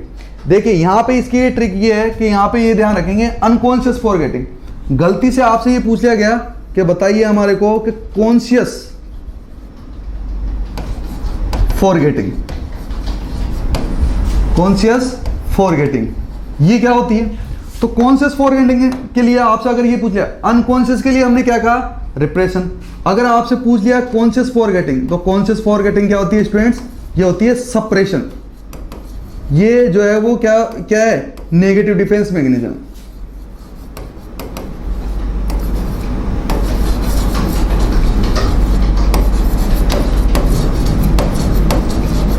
कौन सी डिफेंस मैकेनिज्म है, नेगेटिव। तो यहां पे हमने ये क्या कर सकते हैं, यहां पे हमारे पास में दो क्वेश्चन सॉल्व हो गए कि रिप्रेशन किसको बोलेंगे, अनकॉन्शियस फॉरगेटिंग। इसके आप ये देखिए कि किस तरह से इंडिविजुअल जो है वो यहां पे पेनफुल फीलिंग्स को कैसे फॉरगेट करेगा, अनकॉन्शियसली, अनजाने में। जबकि यहां पे क्या करेगा, कॉन्शियस फॉरगेटिंग। इसका मतलब क्या है, कॉन्शियस का मतलब क्या है, कैसे करेगा, जानबूझकर। जानबूझकर जो पेनफुल फीलिंग्स है वो उनके अपने दिमाग से उसको निकालने की या भूलने की कोशिश करेगा, तो वो चीज़ क्या कहलाती है? आपकी सप्रेशन। पर इसका उल्टा जो है वो क्या कहलाएगा? अनकॉन्शियस फॉरगेटिंग, वो क्या कहलाएगा? सप्रेशन। तो ये आपस में एक दूसरे क्या होते हैं? अपोजिट हो सकते हैं। तो जब हम ये पढ़ रहे हैं तो साथ में इसको पढ़ लेंगे, ताकि हम क्या करें, इन दोनों को कंपेयर करके जो है वो इनका डिफरेंशियल आराम से निकाल सकें और दोनों याद कर सकें। तो हम ये देखते हैं कि अनकॉन्शियस फॉरगेट करता है तो वो रिप्रेशन है, और कॉन्शियस फॉरगेट करता है तो वो क्या होता है? सप्रेशन होता है। नेक्स्ट हम देखते हैं कि इसके डेफिनेशन की बात करते हैं। देखो, जो रिप्रेशन होता है वो अनकॉन्शियस फॉरगेटिंग है, या उसका नाम जो दूसरा बोल सकते हैं हम क्या है? सेलेक्टिव फॉरगेटिंग है, या unconscious forgetfulness of unpleasant experience. कोई भी घटना ऐसी हुई है जो क्या है? अनप्लीजेंट है, कि जैसे ही आप उसको याद करते हो आपके दिमाग में जो है वो टेंशन आ जाती है, स्ट्रेस आ जाता है, तो आप उसको उससे बचने के लिए क्या करेंगे कि धीरे धीरे धीरे धीरे करते हुए हम उसको अनजाने में ही अपने दिमाग से क्या कर देंगे? दूर कर देंगे, ताकि आपको क्योंकि जब उसको याद करोगे तब आप उसको उसकी वजह से एंजाइटी और टेंशन ना हो। Next, involuntary blocking. देखिए ये इंपॉर्टेंट है, कि यहाँ पे ये इंपॉर्टेंट इसलिए है कि यहाँ से ये क्वेश्चन आया हुआ है सीधा सीधा। Involuntary blocking. इनवॉलेंट्री का मतलब क्या हुआ? कि जिस पे आपका क्या है? कंट्रोल नहीं है, यानी कि ये जो ब्लॉकिंग हुई है, फॉरगेटिंग हुई है, तो वो कैसे हुई है? इनवॉलेंट्री। मतलब कैसे हुई है वो? अनकॉन्शियस। फॉरगेटिंग तो हुई है, पर कैसी हुई है? अनकॉन्शियस हुई है, तो उसको हमने क्या बोला? रिप्रेशन। इनवॉलेंट्री ब्लॉकिंग हो या क्या हो? फॉरगेटिंग हो, किसकी? Unpleasant feelings from one's awareness. हम अपने अवेयर माइंड से जो है वो इनवॉलेंट्री अनप्लीजेंट फीलिंग को क्या कर देते हैं? भूल जाते हैं, तो वो चीज क्या कहलाती है?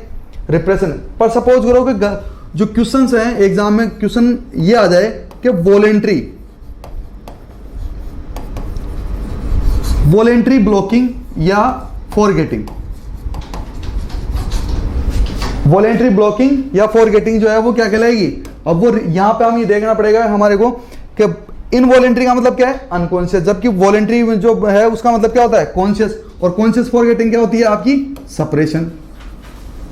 और वैसे भी आप ये देख सकते हैं कि जब इनवॉलेंट्री ब्लॉकिंग जो है वो रिप्रेशन है, तो सप्रेशन जो होती है एक दूसरे क्या है? अपोजिट है। तो वॉलेंट्री ब्लॉकिंग क्या होगा? सप्रेशन। नेक्स्ट हम इसका एग्जांपल लेते हैं। सपोज करो कि जैसे हम ये देखते हैं, forgetting A love one birthday after a fight. जैसे ही हम देखते हैं कि आपका कोई फ्रेंड है, उसका बर्थडे आपको हमेशा याद रहता है।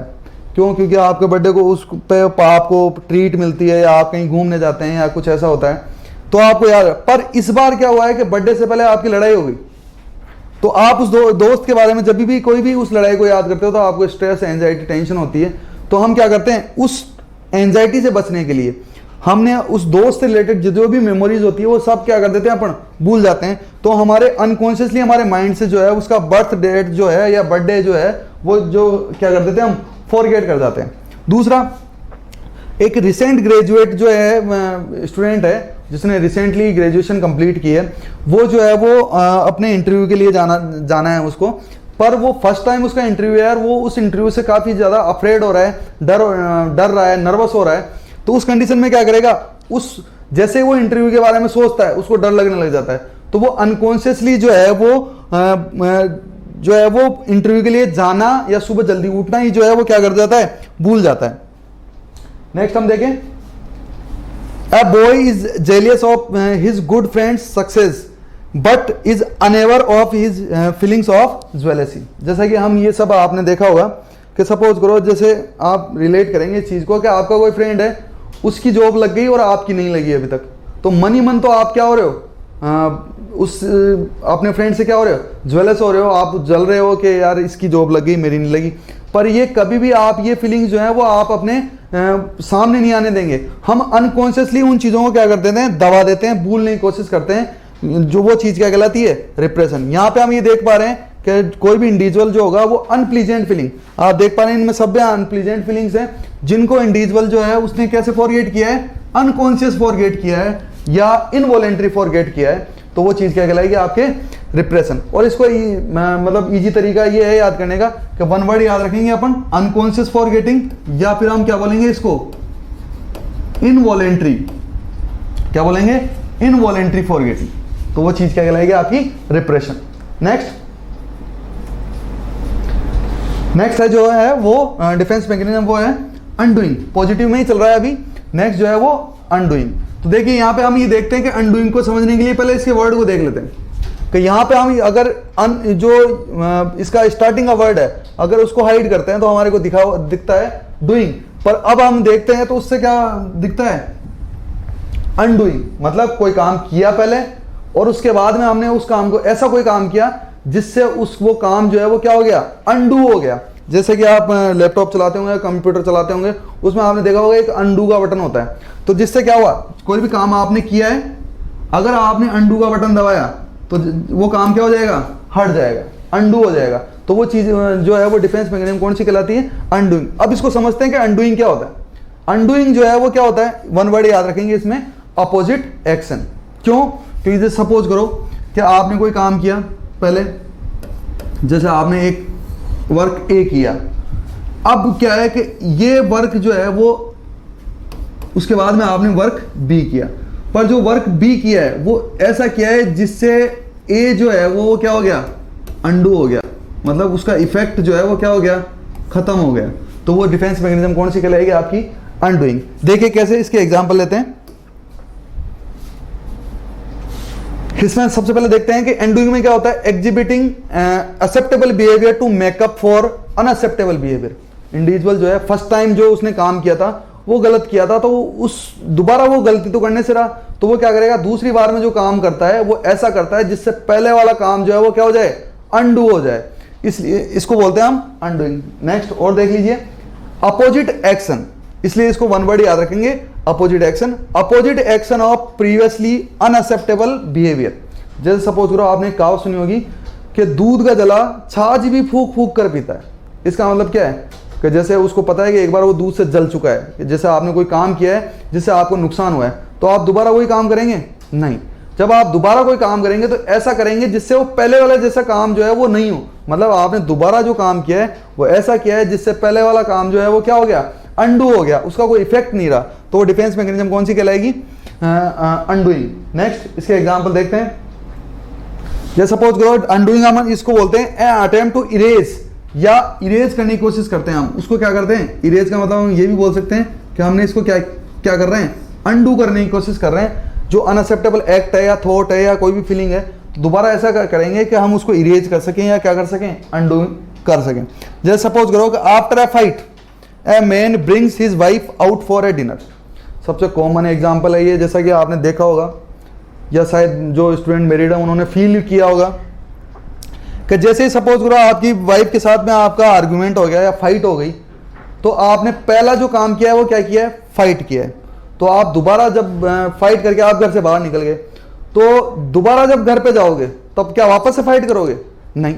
इससे तो आपका जो वो आपके लिए जो डेंजर है वो क्या हो जाएगा, और ज्यादा बढ़ जाएगा। तो इसलिए हम क्या करेंगे कि पहले फाइट की, तो ये फाइट जो है वो क्या हो गया, वर्क ए हो गया। अब आपको जो वर्क बी है वो ऐसा करना है जिससे जो आपका वर्क ए है वो क्या हो जाए, अनडू हो जाए, जिसका इफेक्ट खत्म हो जाए। तो उसके लिए हम क्या करेंगे,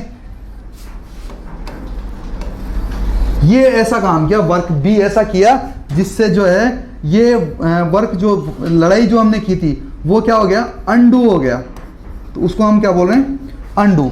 और इसका जो लेटेस्ट एग्जांपल है आप इस तरह समझ सकते हैं, जो प्रेजेंट टाइम में कंडीशन चल रही है उससे भी आप समझ सकते हैं कि जैसे आप सबको पता है कोरोना वायरस की वजह से देश भर में लॉकडाउन किया गया था।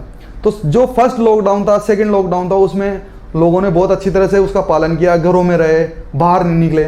पर जैसे ही लॉकडाउन थर्ड और फोर्थ आया, तो जैसे ही थोड़ी सी छूट दी गई, जो उन्होंने पहला काम क्या किया, सब अपने अपने घरों में रहे। तो वो ये काम जो था वो क्या था, वर्क ए था, जिससे कोरोना वायरस होने के जो चांसेस थे वो बिल्कुल क्या थे, कम थे। पर जो पब्लिक थी, जो अपने देश के लोगों ने वर्क बी किया, वर्क बी क्या किया कि जैसे ही लॉकडाउन में थोड़ी सी ढील दी गई, सब मंडियों में इकट्ठा हो गए, सब खरीदारी करना जो स्टार्ट हो गए। तो उससे क्या हुआ कि ये वर्क बी उन्होंने ऐसा किया है जिससे वो जो वर्क ए था, जो वो 30-35 या जितने भी दिनों के लिए घरों में रहे, वो क्या हो गया, अनडू हो गया। इसलिए कहते हैं कि अनडूइंग को आप इस तरह से भी समझ सकते हैं कि आपने कहावत सुनी होगी, करे कराए पर पानी फेरना। करे कराए पर पानी फेरना, ये क्या कहलाता है आपका अनडूइंग। क्योंकि यहां पे हमने क्या किया कि ऐसा कोई काम किया था, पहले अच्छा काम किया था, पर सेकंड काम ऐसा किया जिससे क्या हुआ कि जो पहले वाला काम था वो क्या हो गया, अनडू हो गया, तो हम उसको बोलेंगे undoing. Next sorry, apologies for wrong to avoid punishment. जैसे सपोज करो आपने कोई गलती की, तो गलती की है, गलती को अंडू कैसे कर सकते हो, दोबारा गलती करके तो हम अंडू कर नहीं सकते, तो इसलिए हम क्या करेंगे कि जैसे ही आपने गलती की, उस गलती की आप क्या करोगे, एक ऐसा काम करोगे जिससे वो गलती जो है वो क्या हो जाए, अंडू हो जाए। जैसे हम गलती करते हैं, हम क्या करते हैं, उसकी तुरंत माफ़ी मांग ले। जैसे गलती की, हमने अपोलॉजीज कर ली, उस चीज़ की क्या कर ली, माफ़ी मांग ली। जो काम गलती की उसका जस्ट अपोजिट एक्शन किया, तो वो चीज़ क्या कहलाएगी, आपकी undoing. Next, checking gas knobs और the locks to ensure safety.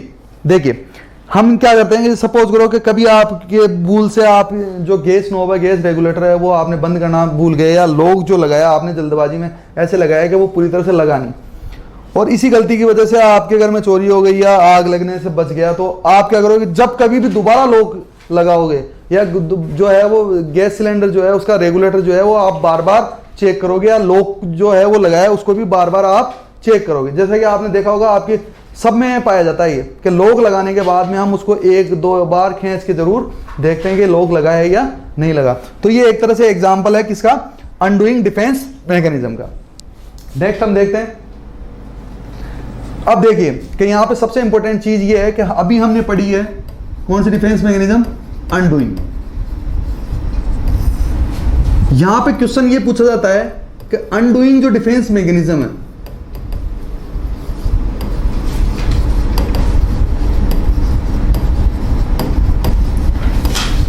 वो मेंटल हेल्थ नर्सिंग जो है उसके कौन से डिसऑर्डर के पेशेंट के द्वारा यूज की जाती है। तो यहाँ पे देखो ये इंपॉर्टेंट क्वेश्चन है कि undoing which patient of disorder is used undoing defence mechanism. तो हम ये बोलेंगे अनडूइंग जो है वो किस कंडीशन में यूज की जाती है, ओसीडी क्लाइंट के द्वारा। ओसीडी क्लाइंट हम ये बोलते हैं, इसको क्या बोलते हैं, ऑब्सेसिव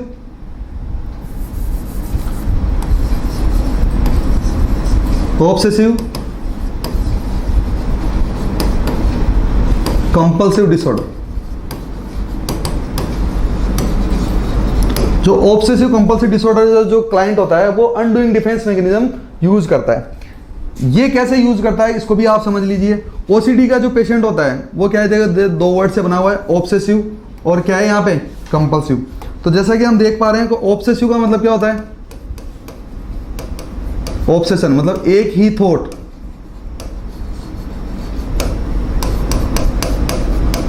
बार बार आना। जबकि हम देखते हैं कंपल्सिव जो या कंपल्सन होता है वो क्या होता है, एक ही एक्ट को बार बार करना। यहां पे भी क्वेश्चन बनता है,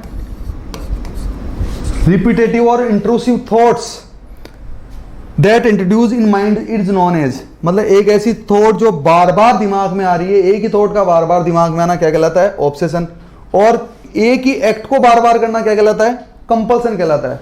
और ये दोनों कंडीशन अगर एक साथ हो रही है, एक ही थॉट बार बार आ रही है जिसकी वजह से इंडिविजुअल एक ही काम को बार बार कर रहा है, तो वो क्या, वो कंडीशन कौन सी कहलाती है, ऑब्सेसिव कंपल्सिव डिसऑर्डर, जिसमें इंडिविजुअल जो है वो अनडूइंग करता है। जैसे सपोज करो कि ओसीडी का सबसे जो मेन एग्जांपल है वो ये होता है कि बार बार हाथ धोना, रिपीटेटिव हैंड वॉशिंग जो होती है, इसका सबसे कॉमन एग्जांपल है। इसमें इंडिविजुअल क्या करता है, इंडिविजुअल बार बार हैंड वॉश करने की आवश्यकता क्यों पड़ी है, क्योंकि जो उसको ऑब्सेशन आ रहा है वो क्या आ रहा है कि उसके हाथ जो हैं वो क्या हैं, हाथ क्या हैं, गंदे हैं। इंडिविजुअल को एंजाइटी हो रही है इस वजह से कि उसके हाथ गंदे हैं और इन हाथों से अगर उसको जो है वो कंटामिनेशन हो सकता है, तो उसको एक ही थॉट बार बार आ रही है, हालांकि उसके हाथ गंदे नहीं है, क्योंकि ये न्यूरोटिक डिसऑर्डर है, इसमें इनसाइट प्रेजेंट होती है। ऑब्सेशन जो ऑब्सेशन है वो इसको आ रहा है कि हाथ गंदे हैं, हाथ गंदे हैं। अब एक ही थॉट बार बार दिमाग में आएगी तो उसकी वजह से उसको क्या हो जाएगी, एंजाइटी हो जाएगी। अब ये एंजाइटी दूर करना जरूरी है। ये एंजाइटी कैसे दूर हो सकती है, एक ही तरीका है कि इंडिविजुअल क्या करे, कंपल्सन करे। और इसका कंपल्सन क्या होगा, हाथ धोना, क्योंकि हाथ गंदे हैं। अगर आपको लगता है कि हाथ गंदे हैं तो आप इस चीज को कैसे न्यूट्रलाइज कर सकते हैं, आप जाके हाथ धो लेंगे, वो चीज क्या हो जाएगी, न्यूट्रलाइज हो जाएगी। तो जैसे ही कंपल्सन करता है एंजाइटी से क्या मिल जाता है, रिलीफ मिल जाता है। अब ये रिलीफ जो है वो कब तक रहेगा, कि जब तक कि दूसरा ऑब्सेशन ना आए।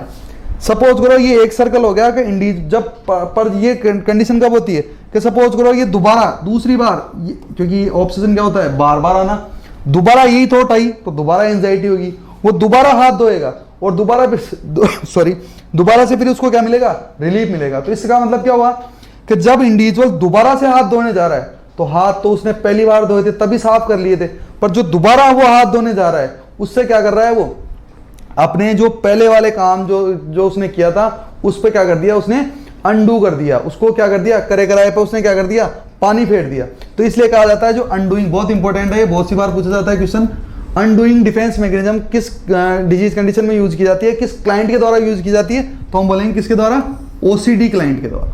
नोट कर लीजिएगा ये की पॉइंट कि अनडूइंग डिफेंस मैकेनिज्म जो है वो ओसीडी क्लाइंट के द्वारा यूज की जाती है।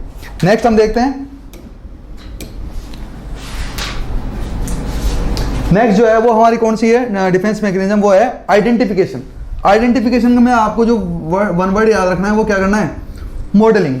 जैसे कि आपको पता है कि मॉडलिंग जो है वो किस तरह से होती है कि कोई भी मॉडल होता है या कोई भी किसी चीज़ का ब्रांड एम्बेसडर होता है तो वो अपनी चीज़ को क्या करता है, प्रमोट करता है, और हम जो है वो उस ब्रांड को लेके उस एक इमेज बना लेते हैं कि हमारे को जैसे कि आप अभी भी बात करें, जैसे हम माउंटेन ड्यू की बात करते हैं तो माउंटेन ड्यू मतलब ऋतिक रोशन हमारे दिमाग में आ जाता है, ठीक है। पहले थम्स अप की बात करते तो सलमान खान आ जाता था, ठीक है। और भी बहुत सारे ऐसे होते हैं जो किस चीज़ को मॉडलिंग करते हैं तो या प्रमोट करते हैं तो उस चीज़ से ही हमारे को क्या आ जाता है, वो चीज़ जो है वो याद अपने दिमाग में आ जाती है। तो आइडेंटिफिकेशन डिफेंस मैकेनिज्म है उसमें भी इसी तरह से कुछ होता है।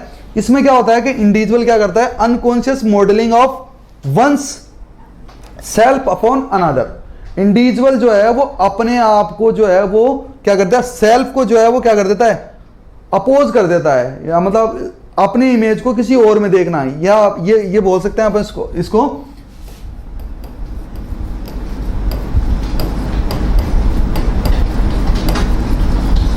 अपनी इमेज को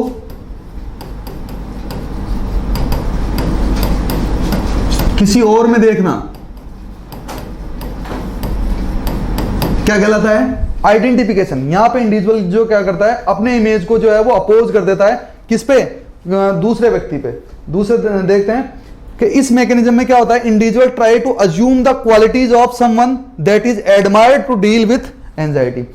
यहां पे क्या होता है, सपोज करो आप में किसी तरह की कमी है तो आप उस कमी वैसे तो पूरी कर नहीं सकते, तो आप क्या करते हो कि किसी को एडमायर करते हो, कि जैसे हम ये देखते हैं किसी भी, जैसे कोई लड़का है वो शरीर में बिल्कुल पतला है, थिन है एकदम, तो वो किसी भी बॉडी बिल्डर को या देखता है तो वो उसके मन में कैसे होता है, खास मेरी भी बॉडी ऐसी होती है, खास मैं भी ऐसा होता।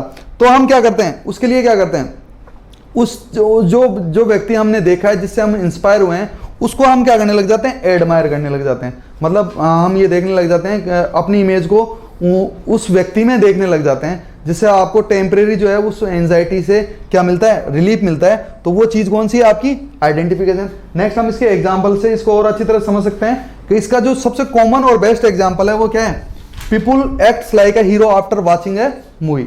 जैसे कि आपको पता है कि आप सबने भी नोटिस किया होगा कि जैसे ही हम कोई मूवी थिएटर में कोई मूवी देखने जाते हैं तो जैसे ही मूवी देख के बाहर आते हैं तो आपने भी ये फील किया होगा कि थोड़े टाइम के लिए जो है वो हम भी जो मूवी का कोई ऐसा इंस्पायरिंग करेक्टर रहा हो तो जिससे आप इंस्पायर हुए हो तो आप थोड़ी देर तक तो वैसे ही एक्ट करते हैं। जैसे कि आपको पता है कि आपने वो ट्रेंड चलता है, जैसे कोई भी मूवी आती है, जैसे धूम आई थी, और भी बहुत सारी मूवी है, जैसे सबसे ज़्यादा ट्रेंड तो तेरे नाम जो मूवी आई थी उसका चला था, तो उसमें आपने देखा होगा सब ने वो वैसी ही हेयर स्टाइल कर ली, वैसे ही कपड़े पहनने लग गए। तो वो क्या किया, जो ऐसे लोग जो दिखने में बिल्कुल सलमान खान जैसे नहीं है या बॉडी में भी बिल्कुल वैसे नहीं है, तो वो क्या कर रहे हैं, अपनी कमी, उनकी कमी है, उस एंजाइटी से डील करने के लिए क्या कर रहे हैं, वो आइडेंटिफिकेशन कर रहे हैं, अपने आप की मॉडलिंग कर रहे हैं, मतलब अपनी इमेज को किसी और में क्या कर रहे हैं, देख रहे हैं। तो उनको थोड़े टाइम के लिए क्या होता है, उस एंजाइटी से रिलीफ फील होता है। तो उसी कंडीशन को अपन क्या बोलते हैं, आइडेंटिफिकेशन। आप इसको अपने शब्द में इस तरह से समझ सकते हैं कि अपनी इमेज को किसी और में देखना, वो क्या कहलाता है, आपका आइडेंटिफिकेशन। नेक्स्ट हम इसका एग्जांपल लेते हैं, a illiterate father often takes his son higher education as in own achievement. एक ऐसा व्यक्ति है जो अनपढ़ है और उसका जो बेटा है अगर वो जो है पढ़ाई लिखाई करके कोई ऊंची पोस्ट में नौकरी लग जाता है तो वो पिता जो है वो अपने आप को ये समझता है कि उसकी नौकरी लग गई। क्यों? क्योंकि पिता ने जो है वो अपनी इमेज जो है वो किस में ट्रांसफर कर दी? उसके बेटे में। तो अपनी इमेज को किसी और में ट्रांसफर करना क्या कहलाता है? आइडेंटिफिकेशन। नेक्स्ट हम ये देखते हैं इसका नेक्स्ट एग्जांपल कि individual wants to be like a famous person so they begins to dress and act like that person. आपको पता है कि अगर आप किसी जो अगर कोई हम ये कह सकते हैं एक्टर हो या कोई और फेमस पर्सन हो जिसको आप एडमायर करते हो, जिसको आप लाइक करते हो, तो आप क्या करते हो? आपका रहन सहन जो है वो भी आप क्या करने लग जाते हो? उनकी तरह ही आप करने लग जाते हो। इसका मतलब क्या है कि आप अपनी इमेज को किसी और फेमस पर्सन पे या किसी और फेमस एक्टर पे क्या कर रहे हो? मोल्ड कर रहे हो या मॉडलिंग कर रहे हो। तो वो चीज क्या कहलाती है? आपकी आइडेंटिफिकेशन। सिंपल वे में इसको हम ऐसे याद कर सकते हैं कि हम अपनी क्या करते हैं? मॉडलिंग करते हैं, मतलब अपनी इमेज को अपन किसी और में क्या करते हैं? ट्रांसफर करते हैं। नेक्स्ट जो है हम देखते हैं, नेक्स्ट जो है हमारी पॉजिटिव डिफेंस मैकेनिज्म में चल रहा है। नेक्स्ट जो है वो है आपकी ट्रांसफरेंस। ट्रांसफरेंस जो है वो आइडेंटिफिकेशन से मिलती जुलती होती है पर इनमें थोड़ा सा डिफरेंस होता है। ट्रांसफर में जो वन वर्ड है वो क्या कर रहे हैं अपन? ट्रांसफर। देखिए आइडेंटिफिकेशन में भी हम इमेज को या अपने इमोशंस को क्या कर रहे थे? ट्रांसफर कर रहे थे। पर कैसे कर रहे थे? अपनी इमेज को किसी और में ट्रांसफर करते थे। जबकि ट्रांसफरेंस जो डिफेंस मैकेनिज्म होती है इसमें क्या करते हैं अपन? Image of one person is identified with another. Identification में अपनी इमेज को किसी और में ट्रांसफर कर रहे थे, जबकि ट्रांसफरेंस में हम क्या करते हैं?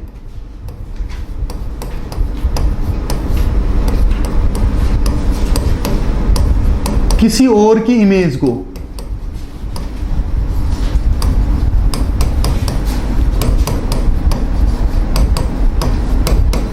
किसी और में ट्रांसफर करना, वो क्या कहलाएगा? आपका ट्रांसफरेंस। देखिए दोनों में डिफरेंस क्या है? आइडेंटिफिकेशन में अपने सेल्फ की इमेज को क्या किया था? उसकी मॉडलिंग की थी, अपनी इमेज को ट्रांसफर किया था किसी और में। जबकि ट्रांसफरेंस में क्या करते हैं? अपनी नहीं, किसी और थर्ड जो सेकंड पर्सन की इमेज को किसी थर्ड पर्सन में ट्रांसफर करना, किसी और की इमेज को किसी और में ट्रांसफर करना क्या कहलाता है? आपका जो है वो ट्रांसफरेंस। इसको और समझते हैं। ट्रांसफरेंस में जैसे इसका एग्जांपल ले लेते हैं हम कि इसके एग्जांपल में ये देखते हैं, a old person is admitted in hospital and he watch nurse as like own daughter. बहुत कॉमन एग्जांपल है, पूछा भी गया है कि यहाँ पे हम ये देखते हैं कि एक ओल्ड पर्सन है वो हॉस्पिटल में एडमिट होता है। वहाँ पे वो अपनी बेटी की जो है वो एज की अगर किसी नर्स को देखता है तो वो उसमें उसको अपनी बेटी दिखाई देती है। जनरली आपने देखा होगा ये कहा भाई तुम्हारे में तो मैं अपने बेटी को देखता हूँ या बेटे को देखता हूँ। क्यों? क्योंकि उसी की अगर जो थोड़ी सी क्वालिटीज मैच होती है, जैसे एज, हेल्थ, हाइट, ये सब मैच होती है, तो हम उसमें ही अपने जो कोई रिलेटिव है वो उसको देखते हैं। तो यहाँ पे ये जो ओल्ड पर्सन है इसने अपनी इमेज को ट्रांसफर नहीं किया है। किस में किया है? कि अपनी बेटी की इमेज को क्या किया है? नर्स में ट्रांसफर किया है। तो ये क्या हुआ? किसी और की इमेज को किसी और में ट्रांसफर करना क्या कहलाता है? ट्रांसफरेंस। अगर वो अपनी इमेज को करता तो वो आइडेंटिफिकेशन कहलाता, पर यहाँ पे क्या किया है उसने? अपनी बेटी की इमेज को नर्स में ट्रांसफर किया है, तो वो क्या कहलाता है? आपका ट्रांसफरेंस। नेक्स्ट जो हम ये जनरली अपनी लाइफ में भी यूज करते हैं, a individual observe characteristics of his father in his boss so individual attribute fatherly feelings to his boss. एक व्यक्ति है जो अपने बॉस में अपने जो फादर हैं, पिताजी हैं, उनकी कैरेक्टरिस्टिक अगर वो देखता है तो वो क्या करता है? उस बॉस से भी उसी तरह से ट्रीट करता है जैसे वो अपने फादर की तरह ट्रीट कर सकता है। पर यहाँ पे ध्यान देने की बात यह है कि जो फीलिंग्स होती है वो गुड और बैड दोनों हो सकती है। यहाँ पे इंपॉर्टेंट बात यह है कि अगर उसको अपने पिता के कैरेक्टरिस्टिक फीचर जो है वो दिखाई दे रहे हैं उस बॉस में और वो अपने फादर के साथ में उसका रिलेशन ठीक नहीं है, तो वो व्यक्ति जो है उस बॉस के साथ में भी जो है उसके रिलेशन वो उससे भी कैसे रिएक्ट करेगा? जैसे अपने फादर के साथ में रिएक्ट कर सकता है। तो आपको थोड़ा सा ध्यान ये रखना है कि ट्रांसफरेंस में जो है वो फीलिंग जो अपन ट्रांसफर करते हैं, इमेज जो ट्रांसफर करते हैं, वो गुड और बैड दोनों तरह से हो सकता है। और इसको समझने के लिए आपको एक बहुत अच्छा एग्जाम्पल ये है कि आपने वो गाना जरूर सुना होगा कि तुझ में रब दिखता है। उसमें जो किया गया है वो क्या किया गया है? ट्रांसफरेंस किया गया है। कैसे? कि जैसे हम ये कहेंगे मूवीज के जो हीरो हैं, शाहरुख खान साहब जो हैं, उनको अनुष्का शर्मा में भगवान दिखाई दे रहे हैं। तो इसका मतलब क्या हुआ? कि उन्होंने भगवान की इमेज को, मतलब किसी और की इमेज को किसी और में, मतलब अनुष्का शर्मा में क्या कर दिया उन्होंने, ट्रांसफर कर दिया, तो वो चीज क्या कहलाती है आपकी ट्रांसफर। पर व्यक्ति अगर ये बोलता है कि मुझ में रब दिखता है, इसका मतलब वो अपनी इमेज को किसी और में ट्रांसफर कर रहा है, तो वो चीज क्या कहलाएगी आपकी आइडेंटिफिकेशन। तो हम इनको सिंपल वे में ये कह सकते हैं, आइडेंटिफिकेशन क्या होता है, अपनी इमेज को किसी और में ट्रांसफर करना, जबकि ट्रांसफरेंस क्या होता है, किसी और की इमेज को किसी और में ट्रांसफर करना। नेक्स्ट हम देखते हैं, देखिए नेक्स्ट जो है वो कौन सी है, इंटेलेक्चुअलाइजेशन। अब जैसे कि इसका तो मीनिंग वन वर्ड इसलिए नहीं है इसमें क्योंकि जो इसका वर्ड है वही इसका वन वर्ड है। इंटेलेक्चुअलाइजेशन मतलब इंटेलिजेंस। इंटेलिजेंस का मतलब क्या होता है कि इंटेलिजेंस का मतलब मोर रीजनिंग, मोर लॉजिक्स, तो ये क्या हो गया इंटेलिजेंस। तो इंडिविजुअल जो है इस इंटेलेक्चुअलाइजेशन में जो है वो अपन क्या करता है, मोर लॉजिक्स, मोर रीजनिंग ये यूज करता है। अब ये जो लॉजिक्स है, रीजनिंग है, वो किस लिए, क्योंकि वो एंजाइटी को या स्ट्रेस को जो है वो क्या करना चाहता है, कम करना चाहता है।